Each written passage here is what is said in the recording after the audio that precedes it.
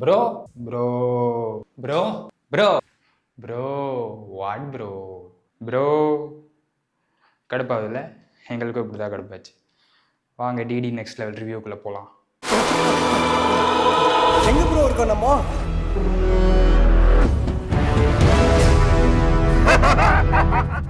படத்தோட கான்செப்ட் என்னென்னு பார்த்தீங்கன்னா, நம்மள மாதிரி ரிவ்யூ கொடுக்கறவங்களெல்லாம் கூட்டிகிட்டு போய் கோல்டன் டிக்கெட் தரேன்ற பேரில் அந்த படத்துலேயே ட்ராப் பண்ணுறாங்க. கான்செப்ட் வைஸ் சூப்பராக இருந்தாலும் அது கொஞ்சம் ஏதோ ஸ்டோரியில் இன்னும் கொஞ்சம் பெட்டராக பண்ணியிருக்கலான்ற மாதிரி ஃபீல் ஆச்சு. ஏன்னா இதில் வந்துட்டு ஆடியன்ஸ் சுத்தமாக கனெக்டே ஆகலை. அவங்களுக்கு சுத்தமாக பிடிக்கல. ஏன்னா ஒரு படத்துக்குள்ளே இன்னொரு படம் ஓடுது. அந்த கான்செப்ட் இன்னும் கொஞ்சம் பெட்டராக பண்ணியிருக்கலாம். And screen play wise and comedy timing wise இன்னும் கொஞ்சம் பெட்டராக பண்ணியிருக்கலாம். ஏன்னா சந்தானம் சாரோட காமெடி சுத்தமாக ஒர்க் அவுட் ஆகலை. காமெடின்ற பேரை ஸ்டார்டிங்லேருந்து இரிட்டேட் பண்ண மாதிரியே ஃபீல் ஆச்சு.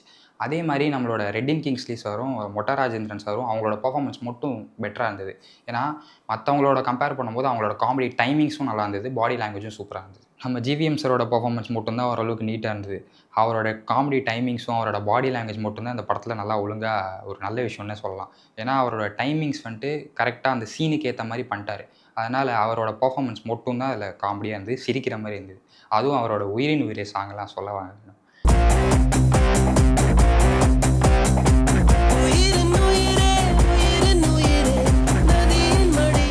இது மட்டும்தாங்க நல்லா இருந்தது. இதை தாண்டி படத்தில் காமெடின்னு பார்த்தா ஒன்றுமே இல்லை. காமெடின்னாங்க, காமெடியை காணோம். பேயின்னாங்க, பேயை காணோம். ஹியூமர்னு சொல்லிட்டு நம்மளை தான் பூமர் ஆகி வச்சுருக்காங்க. படத்தில் வந்துட்டு இந்த படத்துக்குள்ளே ஒரு கிளைமேக்ஸ் இருக்குது. அந்த கிளைமேக்ஸே ஒரு 20 நிமிஷம் போகுது. லாஸ்ட்டு ஃபுல்லாக கிளைமேக்ஸ் வரப்போகுது, டைட்டில் போட்டானுங்கன்னு சொல்லிட்டு டேரக்டர் டைட்டில், அதுக்கப்புறம் ஸ்டண்ட் மாஸ்டர் டேரக்டர்னு சொல்லிட்டு டைட்டிலாக போகுது ஒரு 20 நிமிஷத்துக்கு. அதுவே ஒரு பாதி படம் செகண்ட் ஹாஃபில் அதே வச்சு முடிச்சிட்டானுங்க. ட்ராக் பண்ணுறேன்ற பேரில் அந்த கதையை போட்டு ஜவ்வாக இழுத்து சுத்தமாக அந்த ஒரு ப்ரெசன்டேஷனே சரியில்லை. இதே வந்துட்டு நீங்கள் பழைய படம் கம்பேர் பண்ணிங்கன்னா டிடி ரிட்டர்ன்ஸும் சரி, டிடி ஃபஸ்ட் பார்ட்டும் சரி, அதில் ஒரு நீட்டான ப்ரெசன்டேஷன் இருக்கும். இதில் அந்த மாதிரி எதுவுமே இல்லை. ஒரு மாதிரி கொலாப்ஸ் பண்ணி வச்சுருக்காங்க ஸ்க்ரீன் பிளேல. அது சுத்தமாக ஒர்க் அவுட்டே ஆகலைங்க. நம்ம சந்தானம் சார் ஸ்டார்டிங்லேருந்தே டயலாக் பேசுகிறேன்ற பேரில் ப்ரோ ப்ரோ ப்ரோ ப்ரோ ப்ரோன்னு சொல்லி இரிட்டேட் பண்ணிட்டாருங்க. அவருக்கு வேறு எதுவும் டயலாக் எழுதி கொடுக்கலையா இல்லை என்னன்னு தெரியல, ப்ரோ ப்ரோ ப்ரோ ப்ரோன்னு படம் முழுக்க தாலி இருக்கிறாருங்க. ஐயோ ஏன் கேட்குறீங்க? அது மட்டும் இல்லாமல் இந்த படத்தில் நல்ல விஷயம்னு பார்த்தா 2 தான் இருக்குது.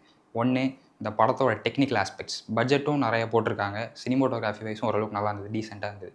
விஎஃப்எக்ஸ் ஒர்க்ஸும் ஓரளவுக்கு ஓகேஷாக இருந்தது. ஆனால் இன்னொரு விஷயம் இருக்குது. என்னென்னா அவ்வளோதான், இதுதான் லாஸ்ட் பார்ட். இதுக்கப்புறம் எந்த ஒரு பாட்டும் இந்த சீக்வலில் வரப்போகிறதில்ல. இதுதான் இருக்கிறதுலே நல்ல விஷயம். இதோட வீடியோ முடிச்சுக்கலாங்க. இதுக்கப்புறம் பேசுறதுக்கு ஒன்றும் இல்லை. இதே மாதிரி நிறைய ரிவ்யூஸ்க்கு கிளிப்ஸ் மீடியாவை லைக் பண்ணுங்கள், ஷேர் பண்ணுங்கள், சப்ஸ்கிரைப் பண்ணுங்கள். Signing off Tarun Prakash.